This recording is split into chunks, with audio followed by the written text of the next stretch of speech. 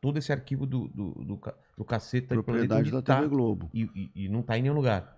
Agora, no Globoplay, por conta do documentário do Bussunda, houve uma liberação dos, acho que são os 5, não sei, do começo do programa lá, o início do Caceta Planeta, eu acho que já tá disponível lá no Globoplay. O que é uma coisa bem, assim, hoje em dia, a realidade é outra, a visão de comportamento da sociedade é outra, então as pessoas devem, porra, mas é isso aí, que absurdo, não sei o que, esse machismo todo e tal, entendeu? As pessoas tiram do contexto que era a época, né? Não Entendeu? tem como tirar do contexto. O humor Exatamente. é reflexo de uma época, né? Exatamente, exatamente. Você... Trapalhões, vocês, o próprio Armação Ilimitada também, eu não lembro, mas deve ter umas coisas também que... É lógico. Cada programa está relacionado à época que ele foi criado, entendeu?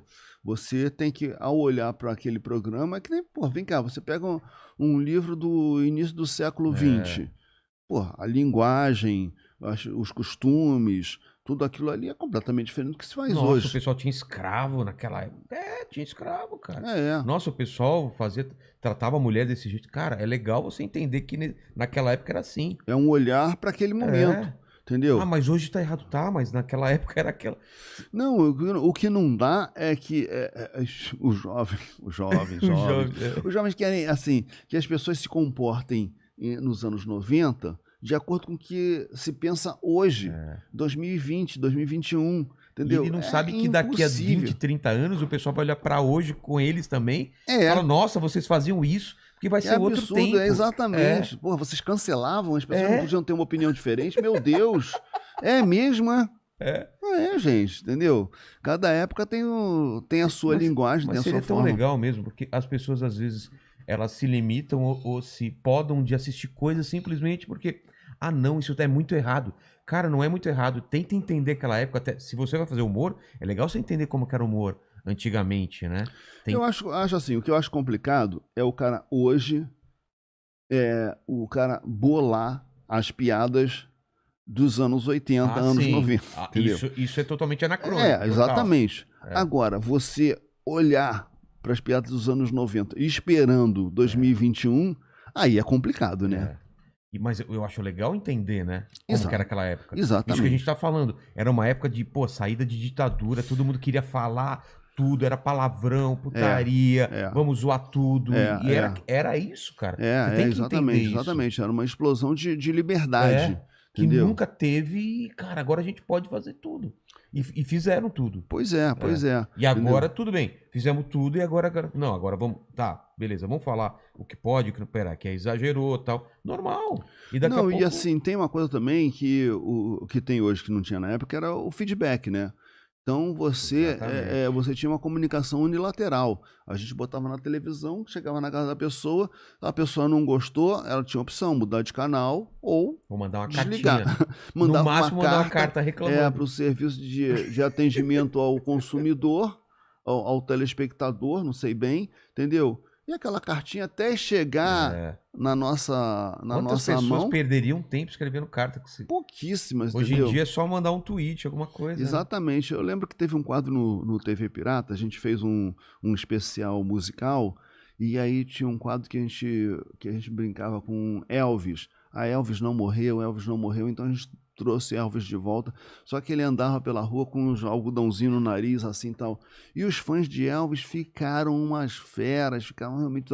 E aí teve uma avalanche de cartas. Sei. Essas chegaram a gente, entendeu? Mas a gente rolava de rir, falava, pô, sabe, porque aquilo não tinha impacto nenhum, entendeu? Na nossa produção, ninguém se incomodava, falava, eu tenho medo dos Elvis fóbico. Hoje, pô, sabe, aí quer dizer, hoje você vive um momento que o consumidor, ele é a estrela, né? Então, assim, ele é ouvido, porque, na verdade, ninguém quer perder a audiência. Então, se uma parcela do público começa a dizer que não gosta de tal coisa, a emissora já fica preocupada, com medo de perder espaço por conta daquilo, exatamente. E dando, às vezes, a impressão de que é a maioria que pensa assim. Mas, na verdade, são os mais barulhentos que estão se manifestando, né? E, então, quer dizer, cada época, os artistas vão se adaptando àquela situação, né? A situação de hoje, diferente da situação de 30 anos atrás, obviamente, né? Claro. E tanto no Planeta, no Cacete Planeta, quanto no TV Pirata, teve alguma coisa que o cara falou, não, puta, isso não pode, vocês exageraram? Tinha essa coisa ou era liberdade total? A liberdade era total. No TV Pirata, então, a liberdade era total. A gente fez muita coisa de mau gosto, inclusive. É sabe? mesmo? Sabe, que teve uma vez, teve um atentado, um sequestro de um avião, não me lembro que avião, e que o grupo terrorista, ele começou a matar os passageiros porque não estavam sendo atendidos as reivindicações daqui. E uma imagem que ficou marcada assim no Jornal Nacional foi o cara tirando um corpo e jogando na pista do aeroporto, né? E a gente fez uma piada e usou essa imagem, entendeu? Uma coisa assim que... Uma grosseira. Porra, a revista Cacete Popular, o jornalzinho, a gente fez coisas assim que não tinha a menor condição, sabe? A gente fez uma vez uma que era... Porra, falar aqui, pessoal, coitado, vou ser cancelado agora. É outra época, cara. Gente, outra época. Mas assim, teve um acidente, um acidente da VASP no Nordeste. Sim. E morreu muita gente, uma tragédia enorme e tal. E a gente, completamente inconsequente, garoto, não sei o que, a gente fez uma capa com recortes de pessoas, assim, uma cabeça, um braço, uma perna, não sei o que e tal, não sei o que. Monte seu passageiro da VASP. Caramba! Enfim, obviamente. Não, eu lembro que vocês colocavam, cara, quem que vocês colocaram? Era o Collor que vocês colocaram numa capa? Como que era a capa? Cara? Botamos a nu o caçador de maracujá. O Collor com a bunda de fora. Exatamente, cara.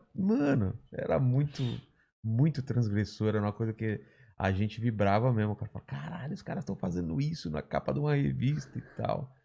Era exatamente. Muito louco, cara. Exatamente. Mas a legal, referência que as pessoas têm que ter é que antes disso era uma ditadura militar.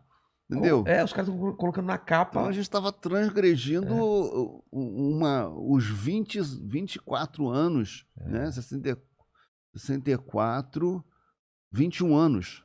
64 a 85 de ditadura militar. E, enfim, onde nada podia. Hoje as pessoas falam assim, não sei o quê, censura e tal. Censura era aquilo, censura federal, entendeu? Você ser proibido, você podia ir em cana. Um selo aprovado pela censura, alguma coisa assim, exatamente. Certificado de censura federal. A gente, inclusive, quando lançou um filme A Taça do Mundo é Nossa, a gente começa com um curta-metragem falando da ditadura militar e começa justamente com a gente reproduziu um certificado da censura federal logo de cara, assim. A gente, inclusive, não pegou essa referência, né? Cara? Você nem sabe o que é isso, né? Aparecia essa... Cara, eu era um moleque, eu nem sabia, mas tinha essa... Tipo um diplominha, né? Aprovado. Exatamente. Caramba. Então, teve Pirata total, liberdade. Total. O Cacete Planeta também tinha muita liberdade, né? Mas teve um episódio que a gente sentiu. Bom, total liberdade, mas assim, aquela coisa que eu falei, religião, esquece religião. Religião não trata disso não, entendeu? Política, tudo bem, sabe? Aí, em 2001, teve o atentado 11 de setembro, e esse atentado aconteceu numa terça-feira. Terça-feira era justamente o dia que o programa ia ao ar. E a gente gravava segundas e terças, e quarta, quinta e sexta a gente escrevia. Na segunda-feira a gente fazia os quadros mais quentes para o programa do dia seguinte. Na terça-feira a gente já estava gravando coisas para o programa da terça seguinte ou outras, né? Um material mais frio, né? A gente estava justamente no estúdio gravando o programa quando teve o atentado, aí todo mundo começou a acompanhar tudo pela televisão e tal, aquele atentado, de pensando, caraca, não sei, e não levava muito a sério, pô, o que será isso, tá, e tal, porra, aí chegamos na quarta-feira, a gente desceu a lenha, né? Atentado, você estava onde, exatamente? Vocês estavam na redação? No Projac. Caramba. A gente estava no Projac gravando o programa. Eu vi uma parte em casa, a minha gravação era de tarde. Sem entender direito o que tá acontecendo, uma coisa doida, né? Era estranho, né? Aquele segundo avião, então... O primeiro avião, todo mundo achou que foi um acidente, né? Aí você viu o segundo e fala, epa. Porra, que isso? 2 acidentes, É. né? Aí começaram a se especular isso, né? Exatamente. Nova York embaixo de uma névoa de poeira e tudo mais. Então a gente na quarta-feira começou a fazer um monte de piadas com aquilo. E quando a gente mandou para a emissora, Na terça não deu tempo. na terça-feira não daria mais Aí tempo. quarta vocês já começaram a fazer Começamos a piada. escrever para o programa seguinte. E aí a direção da Globo falou assim, de jeito nenhum, cara, não vamos botar isso no ar de jeito nenhum. A gente, pô, isso é censura, que absurdo, não sei o que, a nossa liberdade. Eu falei, cara, vocês não estão entendendo. Isso aqui é uma Muda o comoção mundo. mundial. Vai mudar o... Isso aqui, não sei o que, tá, já, aí foi passando os dias da Aí semana. vocês foram se ligando que... Cara, eu acho que realmente não vai dar. É porque, cara, o Não negócio vai foi dar. progredindo, você foi falando, cara, realmente mudou o mundo a partir daquilo, cara. 11 de setembro mudou o mundo. Começou uma perseguição ao islamismo, uma islamofobia, digamos assim, né? Entendeu? Ficou uma coisa... Você lembra que tipo de piada que vocês estavam fazendo? Eu não me lembro exatamente que tipo de piada que a gente estava fazendo, mas, enfim, obviamente brincando com terrorista, com atentado, com não sei o quê, entendeu? Aí, enfim, os caras seguraram e a gente sentiu. Depois a gente entendeu. No momento a gente ficou puto e tal, depois a gente entendeu que a gente foi protegido, entendeu? A gente foi protegido por aquela situação, sabe? Tempos depois ficou aquela busca ao Osama Bin Laden, busca isso aqui e tal. Aí a gente criou um quadro que era no cafofo do Osama. Eu lembro. Lembra? O Osama, na verdade, ele fugiu para uma favela no Brasil, tava lá no Rio de Janeiro, com uma jurema, uma mulata e tal, entendeu? E aí a gente brincava com essa coisa assim, de que ninguém sabia onde estava o Osama e o Osama tava malocado numa favela do Rio, né? Aí já era uma outra situação.